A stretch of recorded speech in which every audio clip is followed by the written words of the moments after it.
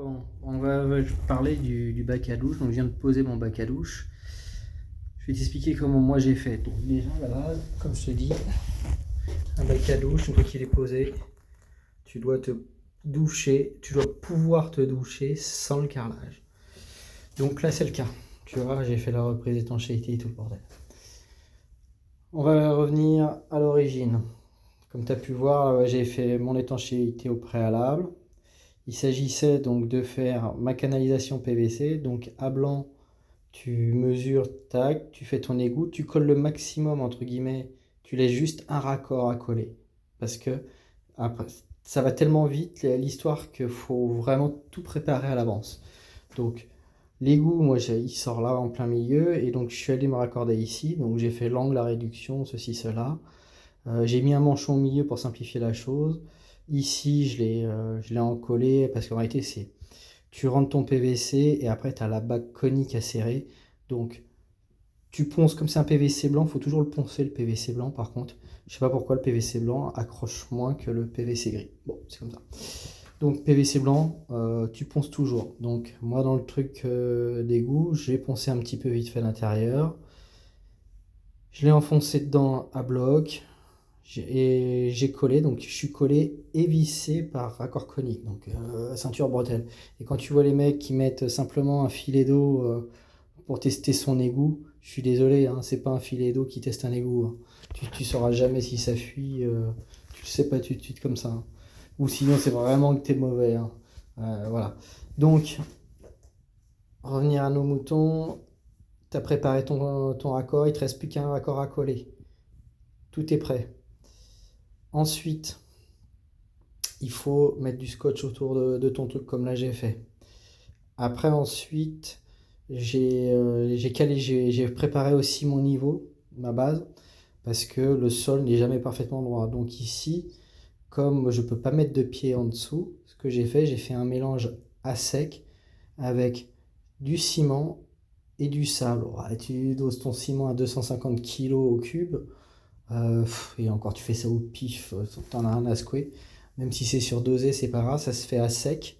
Tu mélanges tout ça, et comme il est déjà chargé, de toute façon, le sable, il y a toujours un petit peu d'eau dedans, il va réagir ton ciment, t'inquiète pas. Dans 48 heures, ça sera sec. Et puis, je peux te dire que là, même avec le FT101, ça va tenir. Donc, en fait, tu dresses quelque chose de plat avec ton sable, tu fais une micro-chape. Donc là, en fait, j'ai grosso modo, j'ai 6 mm à compenser. Et là, j'avais 4 mm à compenser. Et voilà. Donc une fois que ça c'est fait, tu dresses, ton support est bien. Et comme là, moi, j'ai dû faire pivoter sur le côté, attention, faut pas chercher à mettre trop de sable ici parce que quand tu vas vouloir le mettre, tu vas avoir tendance à faire un bourrelet et emmener tout le ciment. Donc, t'en mets pas trop ici, tu vois. Tu le pousses un peu sur 5 cm. T'inquiète pas, ça va tenir.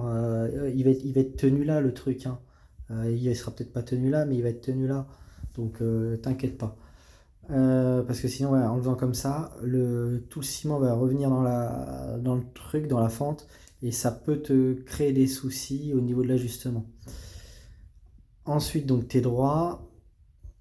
J'ai posé mon scotch. Maintenant, j'ai pré-encollé la périphérie de mon bac à douche au préalable avant. Parce que en fait, avec le FT101, tu vois, j'ai fait ça avec ça. FT101, voilà, transparent. Enfin, tu fais le blanc, tu fais ce que tu veux. C'est pareil. Ça marche aussi au silicone, attention. Voilà. Donc moi j'ai fait au FT100 parce qu'ils disent garantie 10 ans. Donc quand tu mets un coup de spatule comme ça, tu as déjà le contact, tu as assuré le contact avec ton support, avec ton subjectile. Donc j'ai fait pareil avec mon mur. Donc j'ai pré-encollé là, j'ai pré-encollé là. Et quand j'ai fait basculer le bac à douche avec une sangle, tu vois, j'ai pris une sangle qui est là. Et j'ai pris une petite tige en métal, j'ai une goupille, ouais tu vois j'ai ça. J'ai fait ça, je l'ai mis dans le trou là, et ça a pivoté et c'est passé nickel. Parce que j'ai voulu le faire avec la main, je me suis arraché le bout du doigt, je peux te dire, bah tiens, regarde les traces de sang encore. Donc ouais, ça fait du bien. Donc et la prochaine fois tu prends ça. Enfin, note à moi-même. Donc du du coup, une fois que tu as coulissé, tu es déjà pré-encollé sur les bords, donc tu n'as pas besoin de chercher l'adhérence de ton silicone ou mastic polymère, hein, parce que FT101 c'est un polymère. Tu mets un coup de cordon tout autour, tac, tac, tac, et t'y vas, hein, tu cherches pas, tu fais pas ton radin. Et ça, j'en ai mis 2 cartouches, hein, attention, hein. Tu vois là, tout autour, là, 2 cartouches. Pourtant, le joint il est fin, hein. 2 cartouches. Donc, tu fais pas ton radin. Et tu mets autour. Après, avec la spatule, tu aplatis comme ça. Tu vas pousser le silicone ou le polymère à l'intérieur. Tac, tac, tac. Et je peux te dire que ça, le joint de sécurité, une fois qu'il a pris, ouais, t'es tranquille pendant un paquet d'années, hein. Mais ça, sincèrement, il y a de moins en moins de plombiers qui le font. Donc ça, c'est un truc que je comprends pas. Souvent dans les sinistres, quand j'étais en plomberie, les mecs, bah, pas de joint, ils faisaient juste le joint de finition. Donc après, tu poses ton carrelage et tu fais un joint de finition périphérique. Et le problème, c'est que quand c'est neuf, souvent, t'es beau nettoyer bien. Franchement, c'est difficile à choper correctement l'adhérence et tu as souvent des défauts d'étanchéité. Et donc, tu as intérêt à bien nettoyer ton truc tout autour. Et donc voilà, donc une fois que ça c'est fait, bah, comme je te l'ai dit, tu dois pouvoir te doucher sans le carrelage. Et puis voilà, et bon, bah, là, le petit raccord que j'ai arraché, bon, bah, je vais refaire un coup de truc, ça, un coup de ça à la spatule et ça va le faire. Et surtout, c'est que tu vois, j'ai mis du FT101 là, il est frais, et bah t'attends pas que ça durcisse pour le retirer. Allez, à plus.